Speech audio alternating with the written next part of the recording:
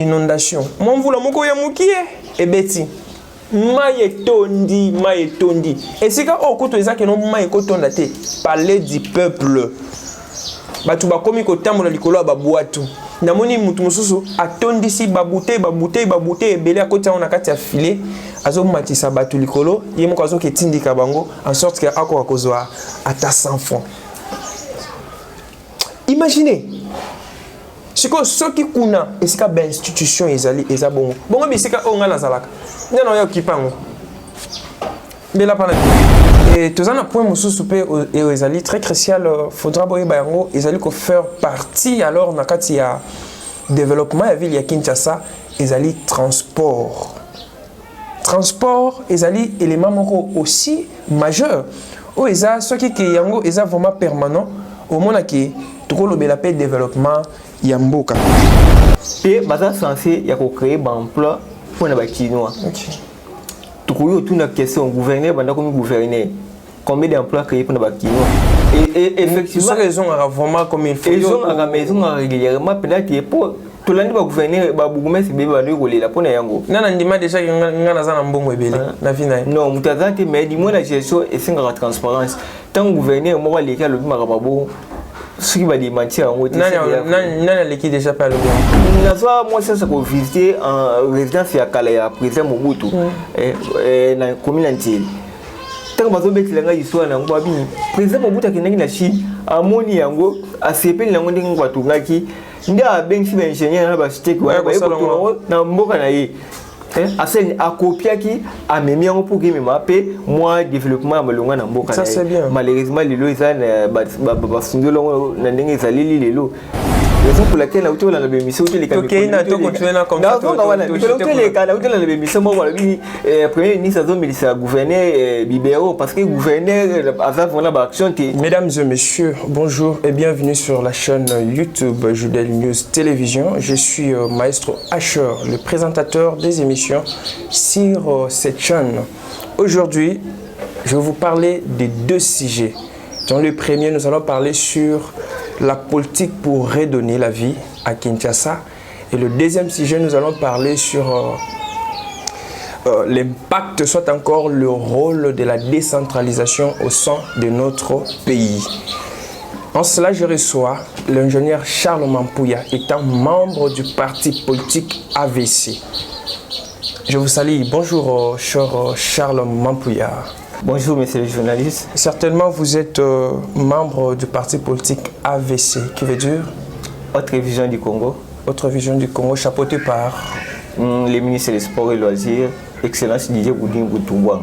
Nous saluons l'impact, nous saluons aussi le travail que fait notre ministre des Sports, n'est-ce pas? À très bientôt, nous allons nous rendre dans le pays maghrébien, Maroc, n'est-ce pas? Pour faire face aux matchs qui sont devant nous. Et si Dieu donne grâce, nous serons qualifiés à la Coupe du Monde. Ce n'est pas ça, au fait, notre sujet d'aujourd'hui. Comme je l'ai ici annoncé, nous allons parler des deux sujets qui sont majeurs et cruciaux. Le premier, nous allons parler sur la politique pour redonner la vie à Kinshasa. Apparemment, si nous abordons ces sujets, cela veut dire que la vie à Kinshasa ne marche pas. On peut dire oui. Et qu'est-ce qui ne va pas alors? Bon, la politique, la gestion n'est pas aussi bonne pour la vie province de Kinshasa. Raison pour laquelle nous sommes en train de vivre, c'est que nous sommes en train de voir aujourd'hui. La gestion, vous avez parlé de la gestion des éléments que vous avez soulevés. Oui. Vous avez commencé par la gestion. Vous avez encore parlé de la politique. De la politique. Qu'est-ce que nous pouvons faire? Nous commençons par la politique. Quelle politique devons-nous mettre en place afin que nous puissions avoir une bonne vie, soit encore redonner encore la vie? Si nous parlons de redonner, ça veut dire jadis il y avait la vie, oui. Mais aujourd'hui nous sommes contraints, alors il n'y a plus la vie. Quelle politique que nous devons alors mettre en place pour revenir à cette meilleure vie? Bon, autrefois Kinshasa était la belle, aujourd'hui Kinshasa n'est plus la belle. Quand je parle de la politique c'est la façon dont nous pouvons, notre exécutif peut amener les choses au bon port. C'est-à-dire, qu'est-ce que les ministres font pour que Kinshasa soit la ville, parmi les villes les plus belles, que je peux même dire. Autrefois, Kinshasa était belle, mais aujourd'hui, ce n'est plus le cas. Kinshasa, certainement, Kinshasa était belle à l'époque de Mobutu. Lelo Kinshasa, ezali Kinshasa, on a sous-souté. Quand on parle de Kinshasa la belle, Tubanda Komona, Kolia ezalaki kitoko makasi. Baninga kolata kutu n'en parlons. Bana babana kotanga très bien. Transport ezalaki vraiment très bien, mais aujourd'hui ezali kaonate. C'est pourquoi je suis venu alors vous demander politique wana. Maintenant, o ezali kotambola malamu te bolobi na biso ezali politique peut encore gestion. Il y serait biso alors ba politique o tokoki ko mettre. Vous avez parlé il y a façon ya kosala ya ba ministre na biso, façon ya kosala ya ba autorité na biso na kati ya ville ya Kinshasa. Parfois na ba ville mususu pe na kati ya RDC vie eza nango pe mo malamu, mais la ville ya Kinshasa vie eza vraiment malamu te. Alors ba imboka bazali kolanda yo, ba epé oyo bazali libanda mboka bazali kolanda yo, bazali na posa koyeba vraiment au fond ce que nous pouvons faire afin de redonner la vie à Kinshasa. Oui, monsieur le journaliste, dans la nuit, on a beaucoup de biming.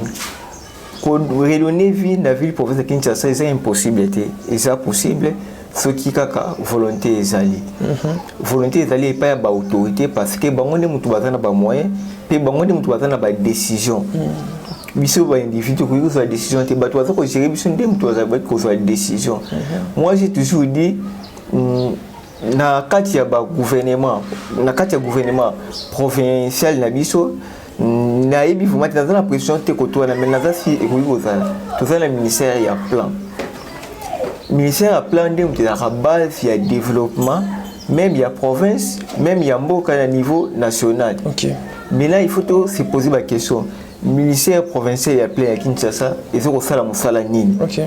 Pour ce qui est en 2025 ministère ya plan ya ville province Kinshasa, il faut proposer un projet où Kinshasa a mené en 2035, 2040 pour que Kinshasa soit toujours maintenu propre et puis belle comme il y a qui n'atteint. Il y a juste une infrastructure. Bon, na uti le bon na ibandelia wa na la précision kotoa na te mais na si ekoyi kozanga te. Dans chaque gouvernement, le ministère est parce que c'est un ministère clé. Il y a un moment où lobby et le Kowana. Mais là, celui de tel biso les lois, le gouvernement provincial la biso, ma cambiso ko kende, ndenge ba kino ba ko zelaté. C'est-à-dire ba projet à malonga exacté pour la ville provinciale Kinshasa. Réaliser ou pas parce que tout le monde a changé gouvernement. De changer gouvernement, c'est-à-dire gouvernement est réussi à atteindre des objectifs. Maintenant tu es dans le gouvernement Africa, tu as autant landing makamisa ko kende. Ce qui m'a cambié bien, tu rebête ma bourg, mais ce qui m'a cambié ma bête, tu les casus sur la TV pour na kolobela yango. Maintenant biso lokola bakino, tout le monde a dit jusqu'à présent makamisa que les bien té, raison pour laquelle tu dois continuer kolobela yango. Bon quand ça sorti c'est trop dit, mais toi pour ça province de biso il mange d'abord ya malonga. Tout le monde qui boule auto bête, mais tout le monde va déguer salami. To komelango, tant ozo tala yango et puis ozo mona makambo. Et ça vraiment elengité. Certainement. Na évolution peu développement ya ville ya Kinshasa, wana bolobeli yango sur l'infrastructure et ministère ya plan azo revenir vraiment na ba responsabilité na yé pour que ya koka ko assumer yango. C'est ça que lobby non? Oui, c'est ça. Et tout ça na point mususu pe ezali très crucial faudra boyeba yango ezali ko faire partie alors na kati ya développement ya ville ya Kinshasa ezali transport. Transport ezali élément moko aussi majeur. O eza soki ke yango eza vraiment permanent au mona ki toko lobela pe développement ya mboka. Alors tokoki ko sala nini pour que toko ko améliorer circulation pe transport na kati ya ville ya Kinshasa. Merci pour notre transport gouvernement provincial bon on peut quand même contrôler OK bon on peut fixer ba prix il y a ba trajet mais là problème avec bango ezani ce qui va la décision suivie est à la carte ba fixer ba prix mais ba prix on a yango te ba ko futa ba chauffeur na ba recevoir baza ko tia ba prix na ndenge na bango lokola suivre ezate muto ko pekisa bango azate soki suivre ezali rigueur ezali l'état zolandela makambo comme il faut batu wana ba ondo tia ba prix na ndenge na bango mon côté ba kolanda makambo oyo l'état za ko tia l'état tozomona ye à travers le gouvernement provincial à l'exception de cela le pays ça la bongiza tracasserie l'équipe makasi toza komona yango bande kuna biso ba autorité ba tina njela pour que ba bongisa njela circulation za la malonga baza ko aider pe ba autorité te bazo sala musala ndenge bongisela makité monsieur le journaliste tout ça ba kino no ngana to tempo kana ki tu yebi comment est-ce que bande ko ba roulage ba policier ba tina njela ba bon chauffeur sera swingi moninga pesa ata moi 500 francs tina poche ça pose problème non on est comme corruption c'est le ko to boya pour que mboka développer yo so kabelinga indengo yi awa o moi mboka likazo et puis OK non yanga ça autre chose il était bâti na njela bazo supposé mais l'état zo futa yi OK chaque fin du mois aura salaire oh l'état zo futa par rapport à musala zo sala individu ko yo bakisela futé ce qui individu ko bakisela bana ba relation na bango wana soka silisi musala et non na kacha musala ce sont des actes qui ne pouvaient pas poser oui yango pe to zo mona makababu o mona ezala ba chauffeur mususu o mona azo ko ba kinde balobaka na Kinshasa ko bombe na kata njela mais roulage za wana soka pousser les permis ba PCS 500 famille fois atiki abali ko ko protéger akota ba na ba na mutuka pour que ba ken ce qui opacité soko opacité atoboli pine oh là oh problème yango na eza ba biloko photo améliorer ngana mona ba kine belé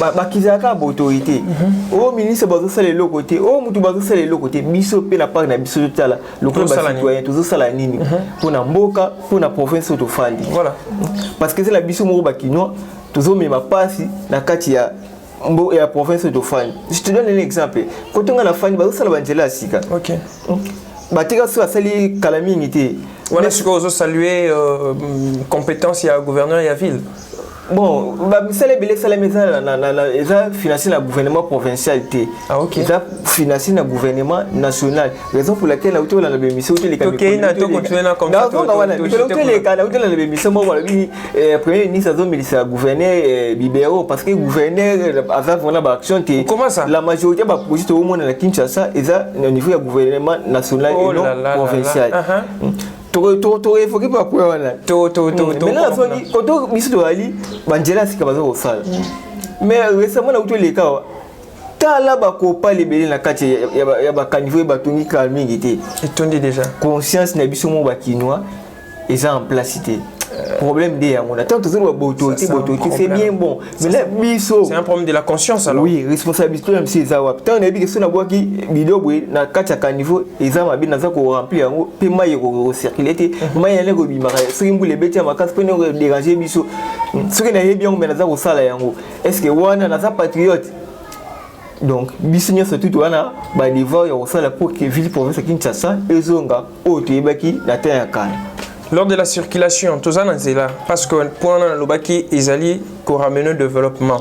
Circulation peut transport. On évoquait le comment très capital pour le baki. Fixation, il y a prix à transport par rapport à trajet. Ils allaient revenir dans la compétence, il y a gouverneur, n'est-ce pas? Oui. Gouverneur à Salaki Yango, on a mon aki Yango et Bimaki Awa. Mais exécution Yango, ils allaient. Qu'est-ce que vous pouvez nous dire par rapport à point arrêtez ebimi mais yango fonctionnement na yango ezalité ezali à marge té maintenant qu'est-ce que vous allez reprocher na petit peuple et qu'est-ce que vous allez reprocher au gouvernement provincial parce que tout cela ceux qui les a respecté té ils allaient revenir toujours dans la destruction il y a ville il y a Kinshasa oui, c'est pourquoi nous avons épinglé ces points ici pour dire quelle est la politique à mettre en place afin que nous puissions redonner la vie à Kinshasa. On y va à vous la parole. Na inga pela mikozonga mo mkesima gouverneur a fixé ba prix mais ça ministère provincial de transport ndé mutu et fixé. Merci beaucoup. Merci. Maintenant tant bon ba ko fixer ba prix on a tout le bas suivi le les até mutu osala na ndenge na yi. Tant qu'on transport 1500 mais individu a commencé transport 2500 population azana posa ko mesika zo kendi azotala air autrement au salaire soit ça n'ambona à refuta mais là pas ces raisons et pas battu bana makokité pour muto azana makoki c'est transport akei mais muto azana makokité a aucun nene Maintenant, jusque-là, qu'est-ce que vous proposez? Il faut proposer et ça que l'autorité a la responsabilité en main. C'est-à-dire, tant que vous décision, il faut décision suivi na yango. C'est-à-dire tant que vous avez 1500 service va contrôler et foutre maraka 1500 et non l'alcool et non assez.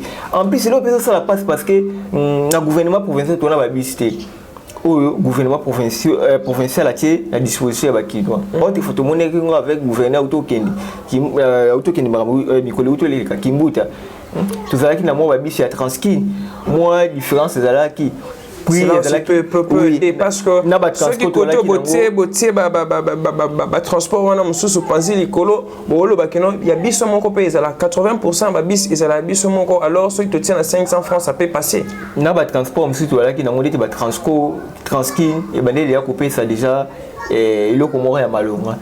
Ceux qui l'étaient à disposition nombre de bis belé à tirer monter moi bien bah tout nous surtout nos préférés comme travail à l'état comme conquérir un individu c'est-à-dire le transport et aux on a pris l'état pour fixer et là besoin ça la passe les cambas circulation et là on peut matière à transport ya on a président de la République à Zoleka tout le monde a makambo ya la bien circulation la kitoko mais ceux qui ka cortège à président l'équipe tu es bien désolé tika la rasima embouteillage zongi c'est-à-dire ceux qui va se comporter dans ndenge na c'est-à-dire ceux qui tout est sérieux ndenge tout ça sérieux au président de la République à l'état si tu même cas sérieux au président pas de l'état tu comment même si circulation et que ça la malonga peuple congolais les nations sont sous le gouvernement provincial PKK on gagne dans la ko na yebaki tu as ba banjela à train la machine tu as à train côté ma tu as à train et ben là il peut ko permis ces classes ça ya malonga ba timisu ba ko za mitu ka to a suite train ba kei très à coup moko ya muke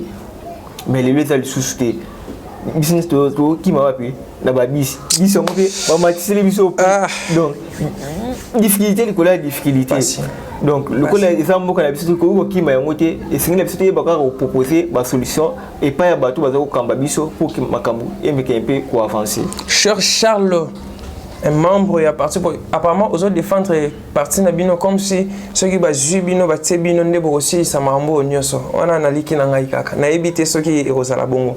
Aujourd'hui nous sommes dans nos différents quartiers respectifs. Tout le monde a commencé à quartier na biso ezali. Parfois salité makasi, parfois monsieur se paye propre. Alors tu as ça pour que tu rentres dans quartier na biso très agréable. Question on a pas de réponse mais tant au côté de la deuxième sujet on a pas de réponse mais à malonga côté wana. OK. Développement et bandaka na se et bandaka likoloté. Problème tout ça on a Kinshasa ngona. Ba possibilité c'est ça na niveau ya gouvernorat. Ba chef du quartier bazana ba moyen té ba bougumese bazana ba moyen nécessaire té musala malonga ko mona na té. OK. Dans les carrières ici na Sainte-Thérèse koto ba moto était les makawana soki mbule yate ba couche ya zelo za kana mingi mais soki mbule beti ba couche wan tanga zwa mai yango ko maka poto to benga kana lingala ozana ketch moyo circuler malonga ezali ezaba biloko moko ba chef ya quartier ba bougumese baninga mususu na Kinshasa ba benga ngo obeta ba kiai o senti ozawana pour sauter kiai ozo continue ça là on commence le teke ba tana ba moyen nécessaire té moyen za raté oui ba moyen nécessaire na kata ba wenze tozo mona ba taxe ezali 500 francs 1000 francs sur autre chaque jour bazo ba 500 francs 1000 francs est-ce que ba mbongo wana ekosunga te que no mois avenue moko boye ba ko sukola yango ezala propre ba bwaka mo ata mabanga moi caniveau oyo esala ki soki ndeni ba meka mpe ko kire yango ya on a epse ki ok réponse ngana piso ngo bien la deuxième sujet pourquoi ndenge za la gouvernement provincial c'est-à-dire gouvernement provincial soit sali recette na moi azwaka yango asani atindengo na gouvernement national on c'est les 40% et ko ya tu comme ko ya ti mikolo to le kabando ko le bande ko ya ti azozanga ba moyen ndenge moko pela ba commune te ya za kozwa aza ko tinde est-ce que bazozong c'est les combien o bazozong c'est les permettre à développer commune ba PC à gérer c'est ça les problèmes on a tout le ba développer ba ba imboka ba baraté que non ceux qui beaucoup mestre azu bongo faudra atindango na hôtel de ville c'est ça aussi les problèmes il faut qu'on la fongola bango vraiment certainement. Responsabilité ça partager en ensemble. Mais tu sais faut jouer ngaka. Ce ils ont on peut permettre bango basala misala comme il faut. Bango peut être bango soka yango. Il faut basala misala le lenge. Donc nous sommes na ka gouvernorat azo bloquer kaka. Azo simba. Non, gouvernorat a ça azong ça arrêté ce mais régulièrement té. Ce que au niveau national bazong ça régulièrement té bon au niveau provincial. C'est ça aussi les problèmes. Quand on va se sentir régulièrement na niveau national, na niveau provincial, tout le monde a fait des changements malonga ezate. Kasi moi bon weekenda wapi. Yong to soloba. Ce que va moyeza muke misala malonga au salama te. Et ça lokola yo papa wana dibana mais mbongo ça longo se permet to ka kolisa 5 bana. Oza responsable to comme irresponsable. OK. Yango to zo mona na province na biso to fani. So il est au sexe il y a pas beaucoup mais comme il faut bango pe ba ko travailler pour que Kinshasa et beaucoup bonga. Yango na utu lo ba wa développement fu bana la fait. Pour ba gouverner oyate abana osala misala na niveau ya ba ils habitent au peuple. Ko banda petit peuple tindenge to zali ko mata. Maintenant concrètement peuple par na ezani. Ana yebi ke soki na bwaki bouteille ya maya eza mabe. C'est déjà un acquis. Donc oui, au boire et en côté. Ce qui n'a pas de boire, n'a boire sur la bouteille était, bâtir c'est retourner dans sous thé. Pour ce bâtir c'est tourner, mais aux ongles la rabiso. Toi qui c'est gouverneur. On est d'abord le local bosso. Et c'est une biso d'abord qui est pour ça conscience. Biso pe local la population et c'est une biso qui est baqué, bah devoir une biso. Pour que Moka est développé, province est développé, et c'est une chose qu'on fout à la taxe. Mais la qui ne sort pas Kamwana, tu as eu la réponse à ça. Je te dis, na bato bazana kata wenzete, bazali banda, bato bazole kaba agent. Au tu wap na outi commune tango. Ceux qui ont maximisé le nombre de bateaux batte, mamwana kuto lo batte. Non. Koloba mamwana te. Non, yo aussi kaka ya wenze. Bataxe era na wetete. Et ça tellement ébélé oui certainement ma maison et autre tous en ba type ba taxe ébélé. Oui. Maintenant, si vous défendez, pharmacie parce que si vous étant l'État, vous vous reprochez que Bazali ko foutate. Maintenant la part des choses à faire. Bon, mais quand même quoi anéantir mutuana lingi ko. Bon, service à l'été travailler à la moi. Ouais. Non, la mona service à l'été travailler. Donc service ou travailler na moi. Ba moi ba te karaté. Na butu ba bali funguna. Ko sala constat wana. Yala ba pharmacie beli ba boutique ebeli. Au monde na moi ba fungula raté. Ba fungula na butu. Et surtout est-ce que ceux qui mécanisent on a pesa. Par exemple, je constate que maison oya fungula ka na butu na moya fungula te. Alors ba service à l'état oyo baza habilité à kosala mosala wana ba lobi na moya suko to yeto sceller yango vraiment. Ça va? To yeto sceller yango en sorte que na butu a fungula te. So to yoko constater que na butu a fungoli to interpeller na mukolo ndaku wana. Est-ce que bon ko ça le matin? Bon, on est à la décision que revenir na mutu azo ba décision. Voilà. Nga personnellement na vu ko autoriser to ko boye loka bon côté parce que nga te mutu azo ba décision. Mais nga na solo ba ona monaka na kati ya petit peuple oye azo sala. Il pas en malien côté na ye. Donc gouvernement provincial a la population vraiment population pas son gouvernement provincialité biso nyimbalé doit avoir responsable ya kubeba ya ville pour mais nous devons chercher la stabilité l'équilibre la part des choses maintenant tu dois ça la koboni pour tout ça censé au sala mingi déjà gouvernement provincial mais il faut aussi baser na ba moyen c'est-à-dire baser on a gouvernement national comme rétrocession na bango et puis biso pe na part na biso tout futa ba taxe biso pe na part na biso tout sa conscience tu beloko eza mabe donc il faut la ngote pour ça image il y a province nabiso. Nous devons redonner la vie dans la ville de Kinshasa. Oui. Le peuple congolais tous allez ko songate surtout dans la ville de Kinshasa.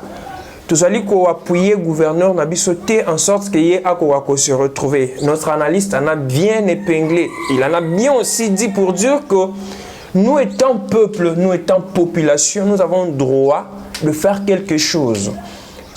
Talaka venir ici kayo vandi, talari na yondengeza, très sale. O uti na lupangu, o bimi na nzela ka juste pour boire ka mai. O uti na lupangu, o bimi na nzela ka juste pour boire ka bouteille o meila ki mai. Ainsi autre. Ezo sungate, Ozo zelaka que non gouverneur a ou tabisika ou puis azo ou takuna pour que ya kolongo ilo salité. Tolobi pona changement ya mboka na biso, pona changement ya ri na biso, pona changement ya ville na biso à Kinshasa, ezali ko banda na se pe ezali ko mata. Tant wapi gouvernement na biso soit encore gouverneur na biso à ville azali comment na que non ba peuple va comprendre ce que c'est l'évolution de la ville. Yé ako kangape mabokote. Il va continuer à faire le mien en sorte que ce n'est pas seulement ça. Il y a aussi Kolia.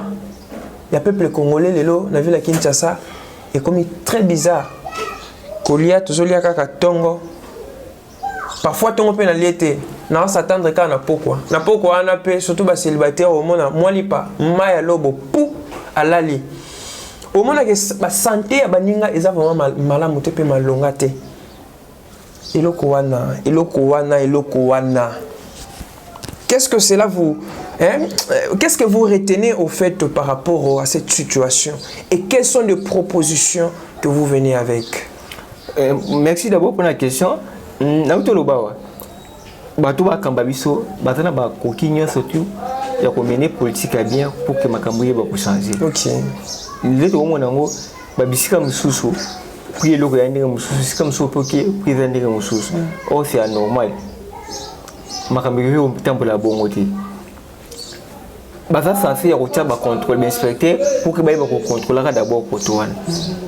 Et bah ça censé ya ko créer ba emploi pour na ba chinois. OK. Tu connais toute la question gouverneur banda comme gouverneur. Combien d'emplois créés pour na ba chinois? Papa, tant que le balobi avant au critiquer moninga mitala na oyoza. Tant que mutu oza impoli. Tala pe comportement na comment est-ce que yoza? Est-ce que oza poli to oza impoli? Awa ka mate utu ko beta ma awa billet 10 000 francs. Il y a de C basombi yango na $10 je te dis. Basombi on a $10, wana $10 ka oui na 28 000. Ba misu basombi yango na 25 000, ba misu basombi yango na 20 000. Bino AVC. Botegeli biso bongo. Mais lelo yo telemi au vandi pe na plateau ozo beta meli pona baninga mososo que no ba créer ba emploi ba sala so bani. Non, je sais pas. Na bongisa koto wana. Voilà, au bongisa. Na bongisa koto wana par rapport à mabuto loba. Pour ba fancha ba billet. Papa, non, juste à ça t'es. Voilà la bête. Non, pour ba fancha ba billet. Non, est-ce que juste à ça? Non, pas éclaircissement. Merci, OK. Pour ba fancha ba billet. Et chokaka. Ba d'abord ba point de vente, puis ba tcheki ba montant. D'accord. Si muta si on a montant wana, c'est ka songo et pas individu. OK. Pour ba billet na tant na ba souka billet comme rapace. Wana il faut les reconnaître. D'accord. Wana comme deal na bango asali. Ngako na za na posa okota na kota kate. Wana comme deal na bango asali. Wana za ezo engager l'état. D'accord. L'état tcheki ba point de vente na et si ko somme la ba billet et avec ba montant business to 10 000 francs. Ce que moni ke ko na montant peut-être mutu alinga kota ba billet ki souté akiko négocier na mutu mususu ba sali deal na bango. Mais ko loba ke gouvernement via ministère sport mutu asali ki makamba bo eza lokuta. C'était une parenthèse. On évolue. Mais là tu dois créer des entreprises, créer les emplois en sorte que voilà. Na pesa exemple muke. Tout monde awa ndenge ba indota se salami. Tu ko créer ba emploi peka wana. Ba jeune de to ba jeune les belé to bien ba kulu na lelo bozui bango. OK. Bo pesi bango sens ya vie. Ba jeune so ko zui bango e belé bazana ba force ko sala misala ko créer ba kanifo. Ce qui gouvernement provincial a tiré des moyens bazui ba jeune wana o ezaki chaque fin du mois bazoza bénéfice quelque chose. Gouvernement provincial mbongo zota wapi? Maye tondi anzambalola e na utapa na ngana bima boulevard. Nauti boulevard na songa pa c'est tout un problème, je te dis. C'est ça. Tout un problème. C'est le point auquel nous allons chuter. Ceux qui bagent wana bazui bazoza bénéfice quelque chose na fin du mois bazo qui rabaka niveau wana to mona makambo to za ko mona te. Ba des ko ya mingi parce que assainissement malora na vie pour ça Kinshasa exact. Ceux qui te suivent politique moko ya bien, il y a assainissement et vie pour ça Kinshasa ya bien. Donc d'une manière, la création d'emplois peuvent alors permettre à ceux que Baimbo Kabako se retrouver. Moto o azali ko sala akoki ko zwa lipa na ya mokolo na mokolo et ko permettre avec beaucoup de facilité à vivre malamu. Avec beaucoup de facilité. Du fait qu'ils ont travaillé moyen peu alia malamu ezalité. Moi, je te donne un exemple là. Chaque année, tu as combien de licenciés dans le professeur de Kinshasa? Combien de misala? En passant, c'était hier sur les réseaux sociaux. Non, c'était une amie comme ça a posté na statut à lobby. Bana oyo nyoso bazali ko sala domaine ngo nyongo susu bazo sala. Économie, ambition na bango ezaki no bango nyoso baki sala na banque. Wana soko tali na auditoire, baza plus de 2000, plus de 1500. Baza tellement ébélé, je te dis. Alors, ce qui que l'emploi est est-ce que va travailler? Va travailler. Vie pas si la ville à Kinshasa, Kolia pas si je te dis. Mon poisson matel Nyoko, ça pose problème. Ça pose problème. Ça pose problème. C'est pourquoi nous avions voulu à ce que Tobengi Sayo, pour sa stratégie. Je vais citer avec ces points ici et par après nous allons conclure avec ces premiers sujets. Nous avons constaté l'inondation. Mon voula moko ya mukie et beti. Maye tondi. Et c'est quand on écoute ça que non maye kotonda te parler du peuple. Batu ba komi ko tambola likolo ba boatu. Namoni mutu mususu atondi si babute ebele akoti on akati ya filet azo matisa batu likolo yemo kazo ke tindika bango en sorte que ako akozwa ata 100 francs. Imaginez. C'est que ceux qui kuna et c'est que institution ezali ezabongo. Bongo bisika onga na zalaka. Nana yo kipango.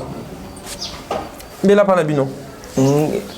Par rapport à Bautoloba, tu mets un peu pour proposer une solution. Voilà. Vu pour ce Kinshasa, c'est un chantier. Là, il faut quand même qu'on se le dise. Nabambo ils ont organisé après un certain nombre d'années. Il faut pas beaucoup ville pas ton amoussous. C'est comme ça que les choses se passent. Papa yo saka na non Kinshasa auto. Mais tout ça va projet. Togola la libanda papa. Tout ça va projet awa. Bah côté à plateau des Batéké, bah bandi déjà gouvernement a sollicité déjà bah terre wana. C'est là où tu as 1 km et zo beta inane 8 mois. Et ça les cambions là et ça les cambions projet ils a réalisé malé. Il faut qu'on croit avec le gouvernement il faut qu'on croit. Maramé bele bato non di maté les comme réalité na gouvernement. Bah toi bah les là qui chita dollar les tout monde en côté. OK aujourd'hui à 22. Il y a qui logo bato tout. Sincère félicitations au gouvernement, je vous salue et je vous félicite aussi pour ce point là. Et c'est à un certain nombre d'années, il faut qu'on pense à la politique pour la ville. Ville pour ça Kinshasa, d'abord côté construction, tout ça a un problème. Batibili ba otonga na bandenge na bango. Et puis ba panga beteng ba otonga ba pensa ko canaliser ba mai na bango te. Ba mai ni sebi na balaba. Tant que na baterasi et tonda déjà na ba poubelle ou biso ko to boakara. Moi, ils étaient sous et comme ils la rabicho. Malaria est tondi. Il faut d'abord assainissement de la Malonga, gouvernement provincial. Il faut main d'œuvre Malonga pour que Basalangi qui rabaka. Kinshasa et Zobonga et ça la carte. Ah, one fois il y a hôtel de ville où toi Kinshasa et Zobonga. Mais la monde a basé peine mituka apparemment et puis autre assainissement et ça les magas. Bon, assainissement quoi ça la même ça pas comme il faut. Vu pour ça Kinshasa et c'est assainissement basa na 100 personnes. So ba doa muke basa na musala quantité ya malonga te faut ba doa zali be on biso ke so ba doa be ba pesi ba tupe misusu emploi oya et permettre mo ba vivre pe na lwenge sengeli. OK. Et c'est la biso d'abord tu ba ko penser na assainissement ya ville na biso. Tu ba ko penser na ba loi ya makasi. Des députés provinciaux, loi ni béni besoin de la biso pour que tout le monde puisse sécuriser ville la biso. Ville pour ce qui c'est ça ville aminée, ça capitale. Gouvernement provincial peut faire la capacité aux bagènes, au PCB bagènes book soit que autant ailleurs. Bagènes ba ke yoko ba biloko exact na université na biso mais eux aussi la qui permettre province na biso ça et développer.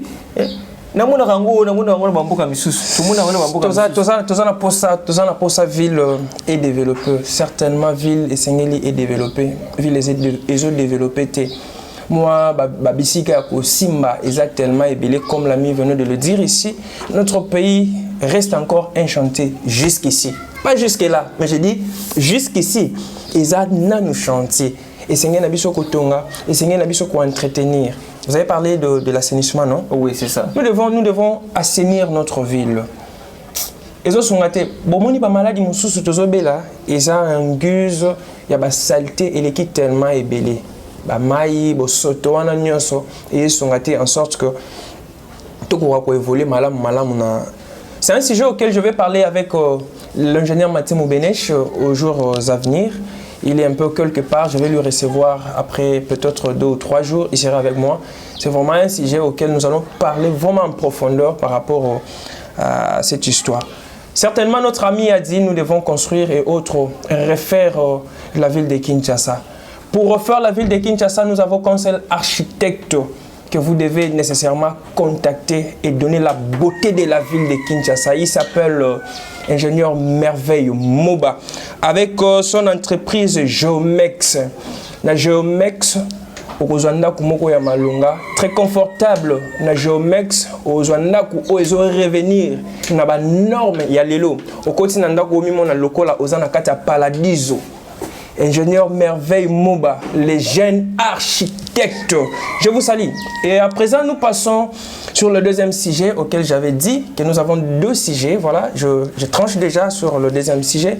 Donc, nous allons parler sur le rôle de la décentralisation au sein de la République démocratique du Congo.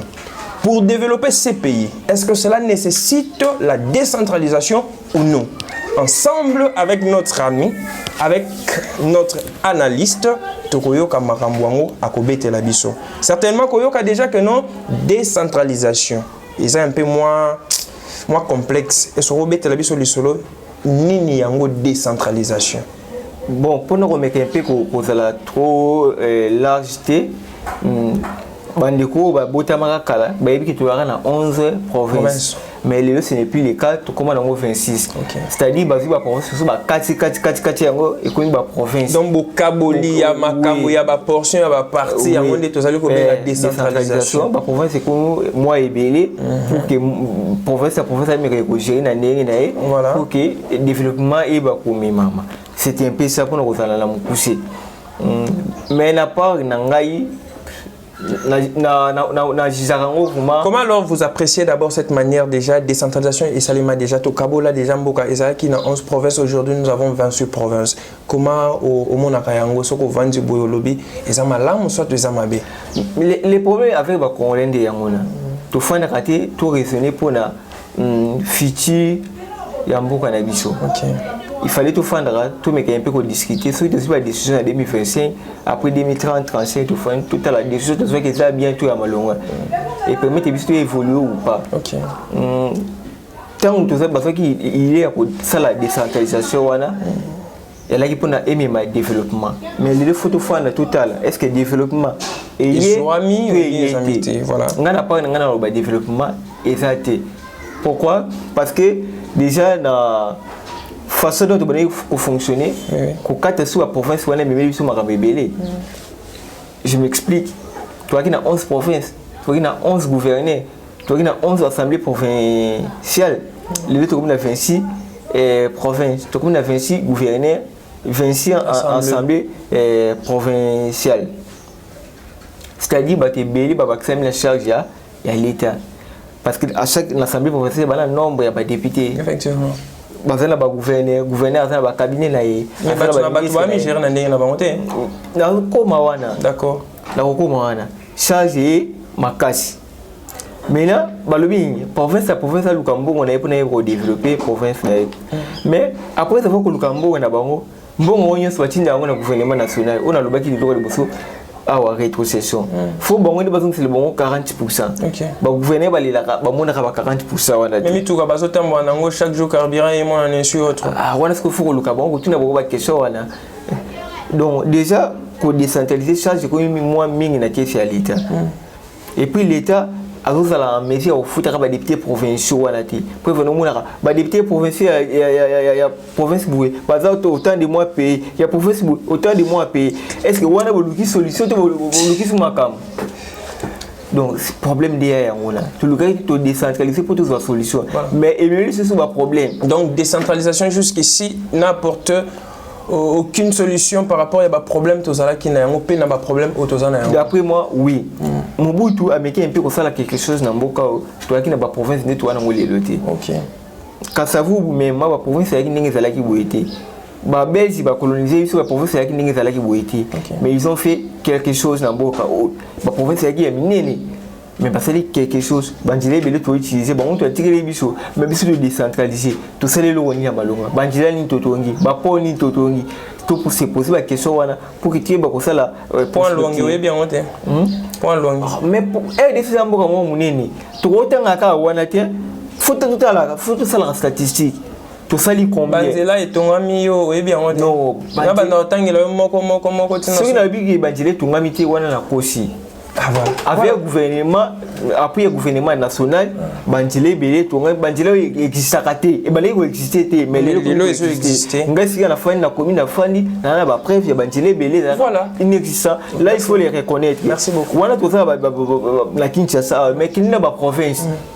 Tel était à Bandile la province. Makambu. La province Bandile belé ça la bête à Malonga. Oh là là. Faut pas dire ça, hein. Faut pas dire non, ça que puis on a Kinshasa on se retrouve alors aussi comme quand même ba chance ya ko serrer libana ba ya Kinshasa tout le monde ba ndila ndenge ezali il faut tout mais un peu kolobela yango décentralisation et porter le Cameroun et surtout que bino boza na chance ya ko bimaka même libanda ya RDC aux ala mbanga force ko zongi omoni kuna oye côté yozo loba trop non voilà et le ko moni pas moninga bien c'est oui, pour que aider pour ça ou avancer.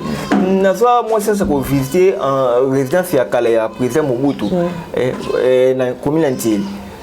Tant que vous avez une histoire, président Mobutu qui est en Chine, à Moni Yango, à CP, il y a un Watungaki, il y a un ingénieur dans Mboka.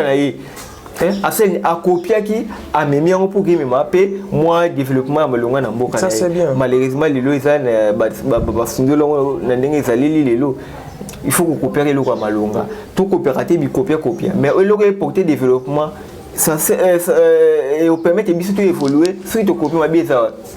La décentralisation dans la ville de Kinshasa ou encore en République démocratique du Congo selon analyste Nabiso et comme ma charge aux sont Nabisoté.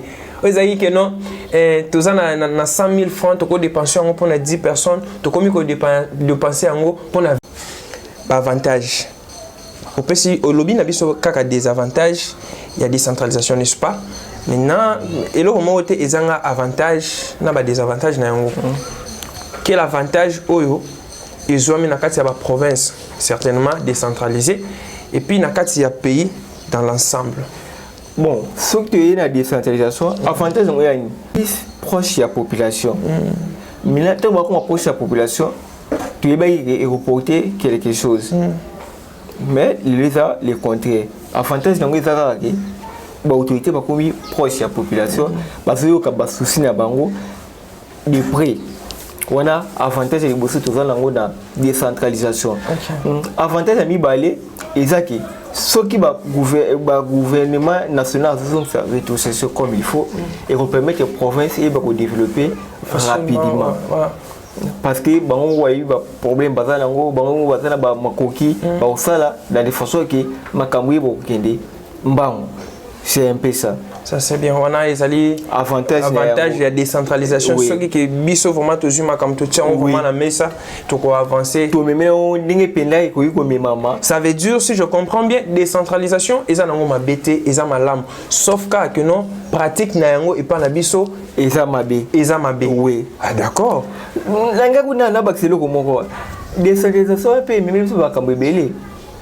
Lelo et comment gouverner face à la gouverner face à la député provincial ou à solarla bango bien pour groupe les petits monsieur so baza frustré ba ke kuna motion ba ko isa gouverner va y a Sambo pour ça la maintenir et comme copie à corruption. Oh là là. Et donc on a fait de le parmi les éléments au monde que non décentralisation ils ont oui, presque dans l'assemblée provinciale tout. Au lieu de motion de finances va gouverner. Pourquoi gouverneur qui parle député bien que ils ont fait la gestion là bas on est au loba yango alors ceux qui gestion ils ont mal monté ba député ceux ba moni bongo ba ça nini motion akende pour que bisoto to meka kozwa mutu mususu wa ça nini à point auquel vous pouvez donner en sorte que Parce que décentralisation, c'est Salima déjà. Oui. Tu vas revenir sur le témoin, je ne pense pas que non, aujourd'hui, tu vas vendre tout l'ali, tout l'amoki, tout le bagage. Non, non. Et tout ça, c'est Sikoyo. Par exemple, les grands bandes de Zalaki, avec toutes les 3 provinces, Kabola qui ont ils ont un bandundu. Et ils ont à soutenir. Maintenant, qu'est-ce que vous proposez? Solution que vous proposez, c'est que le gouvernement national a 40% convenablement. Merci. Ils ont la paix régulièrement. Ce qui va vous 40% de la province, ils vont se retrouver. Paix n'a pas présidé à l'Assemblée provinciale. Ils ne jamais protéger le gouverneur. Pour moi, le gouverneur a travaillé malonga, mais à la protéger dans l'Assemblée provinciale. Pour il est monsieur, vous voyez pas bien, à Tchonga côté, à ça protéger. C'est ça aussi les problèmes. Ceux qui batouana, mais qui un peu quoi améliorer. Au moins, un peu convenablement, la population a se retrouver dans la décentralisation. Vous avez quasiment raison. Vous avez quasiment raison. C'est aussi un élément très nécessaire et un élément aussi à mettre sur place et sur terrain afin que tout le monde un peu avancer. Est-ce que la province Nyonso Bazali se retrouver ou soit encore la province Nyonso Bazo se retrouver? Il y a d'autres Bazali se retrouver, mais sous Bazali se retrouver. Bon. Et ça d'abord dans la province et Bazar se retrouver. Pourquoi? Parce que Bazar on a la richesse, il y a malonga. Là il faut qu'on se le dise. Richesse nous Zoluka est dans la province pour que se retrouver. La recette, le problème c'est la recette par rapport à la richesse à ça na yango. Biso la Kinshasa awa tout ça la richesse vous mater. Plus et ça ba taxe. OK. Ba taxe tout le monde a toi ba yime bébé la vie province Kinshasa ba futa ba taxe ya écolo. Et on est moi mbongo côté le gouvernement provincial ou ils qui dans le gouvernement Belgique a vivre en Nani. Mali mais tout ça ko évoluer. Belgique a vivre en non et ça dépend de la culture. N'importe ça ah ba taxe futa ma. Mais pourquoi pas alors biso peto côté culture voilà. C'est-à-dire rigueur faut quota. Ba autorité faut ba na rigueur ya malonga. Eux permettent tout va foutre la taxe comme il faut. D'accord. Mais là la province la taxe paye à malongé zati. Pour bazar mboka oui. Moyen qu'on fait la taxe zati. Non, ba taxe à malonga c'est-à-dire montant tout le monde a même fait examen d'état ba fixer ba montant. Ba to est-ce que va foutre rendre moi ba to la fin fond. Oui. Bazar na c'est. Donc c'est les normal.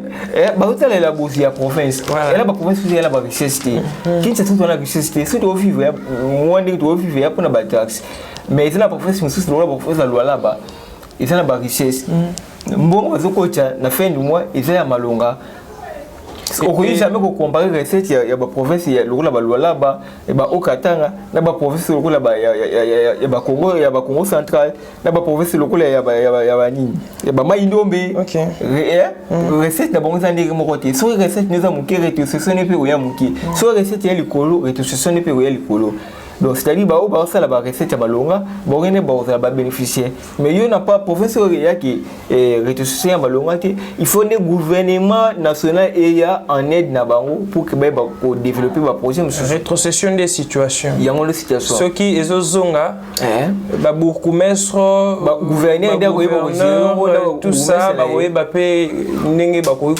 se retrouver. C'est ça. Bon, ceux qui sont et effectivement, ils ont vraiment comme il faut. Ils ont à la maison régulièrement, peut-être pour tout l'année, le gouverneur va vous mettre des bébés rouler la pour Nayango. Non, on dit déjà qu'il y a un bon mobile. Non, Moutazate, mais dis-moi la gestion et c'est la transparence. Tant que gouverneur, moi, les cas, le Marababo. Ce qui va démentir en haut. Non, l'équipe déjà pas le bien. Gouverneur, il va les cas, il va la pour Nayango. Babandaki ou bien Bazolil. Babandaki, n'a pas fait de formation dans la science Nayango. Dans Outa-Rolanda, même gouverneur, il y a Bissou Kinshasa, il la pour Nayango. À l'Obibongo? Oui, Abandaki, il la pour Nayango. Ça fait combien de jours et combien de mois en soit? Non, il y a mois temps. Non, Abandaki, la meilleure, c'est qu'ils ont une peine normalement parce que tout comme on va pour nous assainir un peu au ville de Kinshasa. Par rapport au fond, il y a province, il y a partenaire, c'est ça aussi le problème. Province, il y a partenaire, puis province, on va solliciter près. Il y a un gouvernement national à répondre à J'appelle le gouvernement national de revenir dans le devoir naïe. C'est là que gouverneur, n'est-ce pas, la province, rétrocession à Bango pour que Bango se retrouve. Enfin, que la province peut na tour na ye akoka kotala ba commune pour que mutu na mutu akoka se retrouver. Pourquoi pas to kitati na quartier? Ça sera une très bonne des choses. Autre mot de la fin. Pour conclure cette situation, je pense que vous allez briefer le premier sujet et le deuxième sujet afin que nous chutons. Oui, pour nous conclure, et c'est d'abord par rapport au premier sujet, tu as beaucoup de conscience comme meilleure population. Congolais ont conscience. Oui, Congolais ont Yamate, Congolais ont Moutou. Congolais ont Moutou, Congolais ont Soit conscience, Congolais, soit conscience. Et ça, Congolais ont se comporter alors là, merci. Donc, c'est une conscience, tu es les voix en abisso. Naba droit na biso so na ebiki o za des voix na ngai il faut faire la convenablement et permettre et puis province na biso pour kende liboso et puis peut côté autorité ba yeba ko utiliser les moyens au batalango comme il faut pour que makambu eba ko avancer et maintenant côté décentralisation ba gouverner ba jouer ba rôle na bango pe battre na ba décision ya malonga. Si vous avez des décisions malheureuses, tout le monde a une province qui est développée. Et puis, le président de l'Assemblée provinciale, il faut que vous ayez une rigueur malheureux et pas gouverner. Pour que vous soyez censé contrôler les banques. Si vous avez une batalité pour contrôler les banques, vous avez un contrôler le gouverneur. Le gouverneur, vous savez combien? Vous contrôler, vous savez non. Et ça, vous avez convenablement parce que la population va aider l'Assemblée pour que vous ayez si vous avez aider la population, puis aider Mboka pour évoluer. Il y a un merci beaucoup Baimbo Kaboyoki, mon amboka makambo oyi à lobby, est très capital et très nécessaire. Et tout lobby là qui ba point moko est très capital et crucial boyoki yango. Et pour la évolution yamboka, j'ai dit pour des constructions, des meilleures, des très belles constructions, nous avons qu'une seule adresse, contacter la société Geomex, gérée par, chapeautée par l'architecte, n'est-ce pas, Moba. Merveille. Ce que vous avez une équipe mobimba au CP là. Vous avez plein Yassika. Mambo et beta malelo na États-Unis, Europe, partout. Vous avez la carte ville à Kinshasa. Alors, notre analyste avait aussi parlé à ce qui concerne le suivi. J'appelle aussi les inspecteurs de l'affaire économie pour na suivi à ma camunio. Ceux qui suivi parfois aussi a pris ainsi autre ceux qui viennent sur terrain pour monaquer ma camunio est bien. Pour Nayango, j'appelle alors je salue aussi l'inspecteur Daniel Bolanga depuis secrétariat général de l'économie nationale. Inspecteur Daniel Bolanga. Bolanga la makambo pour que Baimbo Kabako un peu qu'on se retrouve. Alors nous avions aussi épinglé situation il y a transport. À ce qui concerne cette situation des transports, j'aimerais saluer ingénieur Dali Ndaya. RVA Nyoso Evana Namaboko Naye, ceux qui osana posa ya mamunyoso ya RVA, contactez l'ingénieur Dali Ndaya. Toujours pour des constructions de belles maisons ainsi autres. J'ai encore l'ingénieur Moïse Kinzanga. Je ne pourrais pas aussi finir comme ça. C'est moi dédicace, ainsi autre, et pourquoi pas aussi vous. Merci pour la salutation. Je salue d'abord mon père, Roger Mampouya, ma mère, Nicole Kambiambia. Je salue aussi l'honorable Mike Kondé. Je salue mon petit Miradi Mampouya. Je salue la grande famille entre nous. Je salue les conseillers par excellence, ingénieur Aris Mbayo. Je salue la petite Light Mampouya. Et puis je salue mes amis, ingénieur Jabin Motema, ingénieur Corneille Tawapa, Assis Lumbu ainsi que Merdi Mbemba. Ils sont si nombreux, aussi voilà, l'équipe tellement belle. Je pense que prochainement, tant que tu as sur le plateau, ingénieur Charles Akosili Sabino, Akopé Sabino Bambote. Mais tu as cité aussi ta famille politique. Je pense que la famille politique, ça c'est la belle situation et la belle initiative aussi à pousser.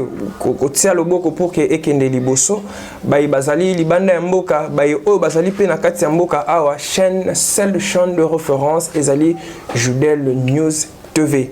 Abonnez-vous massivement en sorte que tout va progresser. Mon cher ami, mon anniversaire est prévu pour demain jeudi, le 6 novembre. Il y aura une surprise? Tout aussi bon, tout le matin. Mon patron Charles Mampouya, mon partenaire. Et vous allez passer.